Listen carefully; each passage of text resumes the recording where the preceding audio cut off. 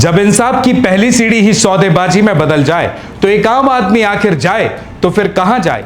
5 दिनों के अंदर अगर इस पूरे मामले की जांच करके अगर सागर के कैंट थाना प्रभारी रोहित डेंगरे और आरक्षक भानु प्रताप चौधरी के खिलाफ सागर के वरिष्ठ पुलिस अधिकारियों ने कोई वैधानिक कार्रवाई नहीं की तो हम तो बस यही समझेंगे कि पुलिस सड़क से लेकर थाने तक ही नहीं बल्कि थाने से लेकर एसपी और आईजी ऑफिस तक भी बदनाम रहती है। सागर के कैंट थाने से उठी ये कहानी सिर्फ एक मामले की कहानी नहीं बल्कि उस भ्रष्ट सिस्टम की कहानी है जहां आरोप है कि खाकी ने कानून नहीं बल्कि रेड कार्ड से न्याय तय करना शुरू कर दिया है।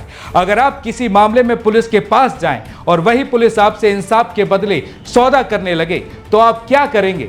सागर के कैंट थाने से सामने आई ये कहानी सिर्फ एक एफआईआर की कहानी नहीं बल्कि उस सिस्टम पर सवाल है जिस पर हर आम आदमी भरोसा करता है। और अब मैं आपको बता दूं कि ये सिर्फ आरोपी नहीं बल्कि दस्तावेजों के साथ में सीधे प्रमाण है कि खाकी वर्दी पहने कैसे कुछ पुलिस अधिकारी कानून की ताकत को ही हथियार बना लेते हैं, क्योंकि पहले ये कानून का खौफ दिखाते हैं फिर नाजायज रूप से पैसे मांगे जाते हैं और जब बात नहीं बनती तो कूट रचित सरकारी दस्तावेजों का ऐसा खेल खेलते हैं कि एक छोटी सी गलती से बना एक छोटे से मामले का आरोपी न्यायालय में जाकर एक कुख्यात अपराधी साबित हो जाता है। और आज की ये खबर उसी अजनबी आरोपी की है जिसे पहले एक छोटे से मामले में आरोपी बनाया गया और फिर कूट रचित फर्जी सरकारी दस्तावेजों के आधार पर एक आदतन अपराधी के रूप में न्यायालय में पेश कर दिया गया। भाई गजब है। अब सबसे बड़ा सवाल यह है कि क्या न्याय अब सबूतों से नहीं बल्कि पुलिस की सेटिंग से तय होने लगा है। और अगर पुलिस ही सच और झूठ के बीच की रेखा मिटाने लगे तो इस देश का आम नागरिक आखिर किसके दरवाजे पर दस्तक देगा। कई लोगों ने हमसे कहा कि आपको 15 दिनों के लिए दिल्ली जाने की क्यों आवश्यकता पड़ गई और ऐसा कौन सा बड़ा एक्शन है जो यहां से नहीं हो सकता।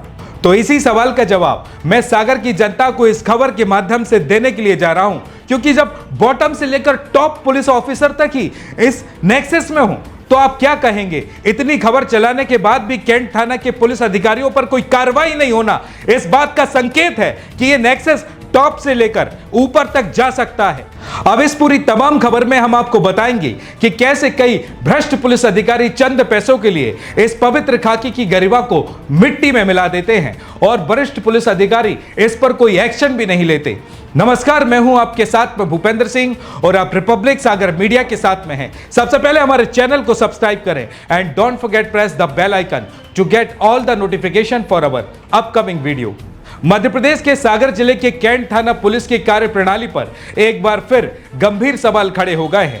प्राप्त गुप्त सूत्रों और दस्तावेजों के आधार पर यह खुलासा करने जा रहा हूं कि सागर के कैंट थाना प्रभारी रोहित डेंगरे और आरक्षक भानु प्रताप चौधरी पर एक ही प्रकरण के आरोपी गोलू उर्फ योगेश केसरवानी से मोटी रकम पहले वसूली जाती है, फिर धमकी दी जाती है और फिर फाइनली कूट रचित दस्तावेज तैयार कर उसे न्यायालय में पेश किया जाता है और न्यायालय को गुमराह किया जाता है। अब इस पूरे प्रकरण का केंद्र बिंदु है गोलू उर्फ योगेश केसरवानी, जो 1 अक्टूबर 2025 को कैंट थाना क्षेत्र में दर्ज एक SC/ST एक्ट प्रकरण के मामले में आरोपी बना था। लेकिन जांच में पता चला कि पुलिस ने न केवल पैसे की मांग की बल्कि पैसे न देने पर उसके पूरे परिवार को फंसाने की धमकी दी और जब पुलिस की डिमांड पूरी नहीं हुई तो कूट रचित दस्तावेज तैयार करके झूठा क्राइम रिकॉर्ड बनाकर उसकी जमानत याचिका खारिज करवाने के लिए आवेदन लगा दिया। सूत्रों के अनुसार कैंट थाना प्रभारी रोहित डेंगरे और आरक्षक भानु प्रताप चौधरी ने पहले योगेश केसरवानी को जेल भेजने का डर दिखाकर मोटी रकम वसूली और रकम चुकाने के बाद भी उन्होंने फिर से एक नई डिमांड रख दी और जब योगेश इस नई मांग को पूरा नहीं कर पाया तो पुलिस ने उसके परिवार के सदस्यों को इस प्रकरण में फंसाने की खुली धमकी दे डाली। और जब धमकी का असर नहीं हुआ तो कैंट थाना प्रभारी रोहित डेंगरे और आरक्षक भानु प्रताप चौधरी ने कथित तौर पर एक कूट रचित दस्तावेज तैयार किया। इसमें सागर के कैंट थाने के मूल मामले के साथ मोतीनगर, कोतवाली और मकरोनिया थाने में दर्ज 3 अलग अलग प्रकरण जोड़ दिए गए और इसके बाद इस कूट रचित दस्तावेज पर कैंट थाना प्रभारी ने स्टैंप और सील लगाकर इस पर अपने हस्ताक्षर किए और इसे माननीय न्यायालय में पेश कर दिया।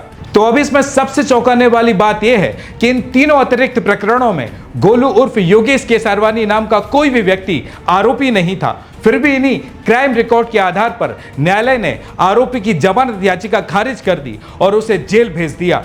दरअसल 1 अक्टूबर 2025 को कैंट थाने में फरियादी शिवम जाटव की शिकायत पर एक ST/SC एक्ट का मामला दर्ज किया गया और इस पूरी शिकायत के मुताबिक शिवम जाटव और उसका दोस्त सौरभ केसरवानी रेलवे स्टेशन जा रहे थे और कछियाना पुल के पास उनकी मुलाकात राजू गुप्ता से हुई, जो कथित तौर पर भारतीय जनता पार्टी के कार्यकर्ताओं को भेजे जाने वाले पत्र ले जा रहा था और इस पत्र में सौरभ की छवि खराब करने की बातें भी लिखी गई थी। सौरभ ने पूछताछ की तो राजू गुप्ता ने बताया कि पत्र गोलू उर्फ योगेश केसरवानी के कहने पर यह भेजे जा रहे हैं और इसी दौरान योगेश केसरवानी भी मौके पर पहुंचा और कथित तौर पर जाति सूचक गाली गलौज और अपमानित इन दोनों के द्वारा किया गया, आपस में किया गया और जान से मारने की धमकी दी गई और पुलिस ने इसी आधार पर FIR दर्ज की। लेकिन जमानत याचिका पर सुनवाई के दौरान कैंट थाना प्रभारी रोहित डेंगरे और आरक्षक भानु प्रताप चौधरी द्वारा कूट रचित दस्तावेज क्राइम रिकॉर्ड पेश कर जमानत याचिका खारिज करवाने के लिए आवेदन दे दिया।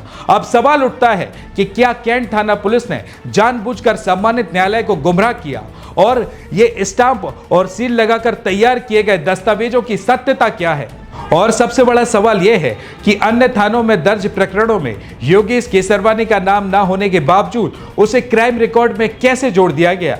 और इसमें सबसे बड़ा सवाल यह भी है कि क्या यह भ्रष्टाचार एक सुनियोजित नेटवर्क है जिसमें पैसे न देने वाले को गंभीर अपराधी साबित कर जेल भिजवाया जाता है? अब प्राप्त गुप्त सूत्रों के अनुसार ही कूट रचित क्राइम रिकॉर्ड के कारण ही गोलू उर्फ योगेश केसरवानी को न्यायालय ने गंभीर प्रवृत्ति का अपराधी मानते हुए इसकी जमानत याचिका खारिज कर दी थी। अब यदि ये आरोप सही साबित होते हैं तो यह न केवल पुलिस की निष्पक्षता पर सवाल है बल्कि भारतीय संविधान और न्यायपालिका के साथ सीधा खिलवाड़ माना जाएगा। बाबा भीमराव अंबेडकर द्वारा रचित संविधान में हर नागरिक को निष्पक्ष न्याय का अधिकार है, लेकिन यहाँ कथित तौर पर पुलिस ही इसे अपनी बाप की बकौती समझकर मनमानी कर रही है। सागर की जनता अब पूछ रही है, क्या पुलिस वाले सचमुच सोचते हैं कि वो जो चाहें वो कर सकते हैं? क्योंकि सागर की जनता तो बेवकूफ है। रिपब्लिक सागर मीडिया की इस खोजी खबर के बाद अब मध्य प्रदेश पुलिस और जिला प्रशासन को तुरंत स्वतंत्र जांच शुरू करनी चाहिए। यदि आरोप सही निकले तो दोषी पुलिस अधिकारी और कर्मचारी पर सख्त से सख्त कार्रवाई होनी चाहिए। यह पूरी की पूरी खबर उपलब्ध सूत्रों, दस्तावेजों और स्थानीय जानकारी पर आधारित है। हम सभी पक्षों से बात करने और उनको सुनने के लिए तैयार हैं। यदि कैंट थाना प्रभारी या पुलिस विभाग की ओर से कोई स्पष्टीकरण आता है तो हम उसे भी प्रकाशित करने के लिए तैयार हैं। अब इस गंभीर मामले पर पुलिस अधिकारी पर क्या कार्रवाई होगी, इसका अनुमान क्या सागर की जनता लगा सकती है? अब सागर जिले के कैंट थाने से जुड़े कथित भ्रष्टाचार और कूट रचित दस्तावेज के मामले ने अब तूल पकड़ लिया है। पूरे घटनाक्रम के सामने आने के बाद सबसे बड़ा सवाल यही है कि आखिर संबंधित पुलिसकर्मियों पर क्या कार्रवाई होनी चाहिए या क्या कार्रवाई हो सकती है। हमारी जानकारी के अनुसार ऐसे मामलों में सामान्यतः सबसे पहला कदम विभागीय स्तर पर उठाया जाता है। यदि प्रथम दृष्टया आरोप सही पाए जाते हैं तो संबंधित थाना प्रभारी और आरक्षक को तत्काल प्रभाव से लाइन अटैच या निलंबित किया जा सकता है।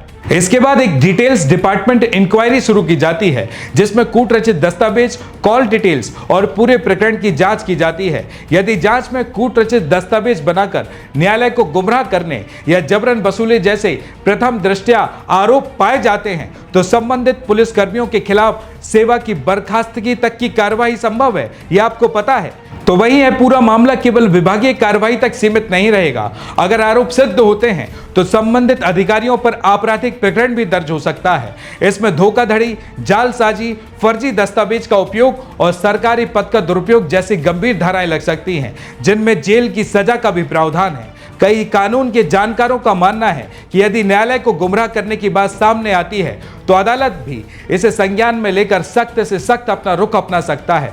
ऐसे मामलों में अवमानना यानी कि कंटेम्प्ट ऑफ कोर्ट की भी कार्रवाई संभव है। इसके अलावा मामले की निष्पक्षता बनाए रखने के लिए जांच किसी स्वतंत्र एजेंसी जैसे CID या विशेष जांच दल को सौंपी जा सकती है। यदि प्रकरण और भी अधिक गंभीर पाया जाता है तो उच्च स्तर पर CBI जांच की भी मांग उठ सकती है। लेकिन अब बढ़ते दबाव के बीच यह तय माना जा रहा है कि जांच के बाद दोषी पाए जाने वाले अधिकारियों पर कड़ी कार्रवाई की भी जाएगी या नहीं। अब सभी की नजरें इस बात पर टिकी हैं कि जांच कितनी निष्पक्ष होगी और क्या वाकई दोषियों को सजा मिलती है या नहीं।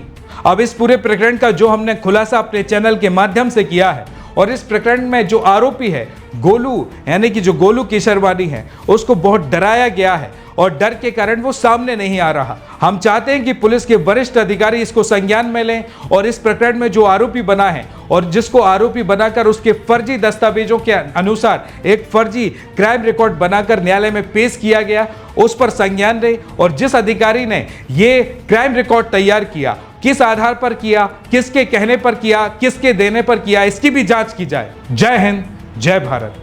रिपब्लिक सागर मीडिया को सब्सक्राइब अवश्य करें और आप हमारी आने वाली सभी वीडियो को देखना चाहते हैं तो आपको उसके लिए घंटी जरूर दबानी पड़ेगी ताकि आपको सभी वीडियो की नोटिफिकेशन समय समय पर मिलती रहे। रिपब्लिक सागर मीडिया पर जो भी वीडियो आएगा वह सच की कसौटी पर कसकर ही आएगा।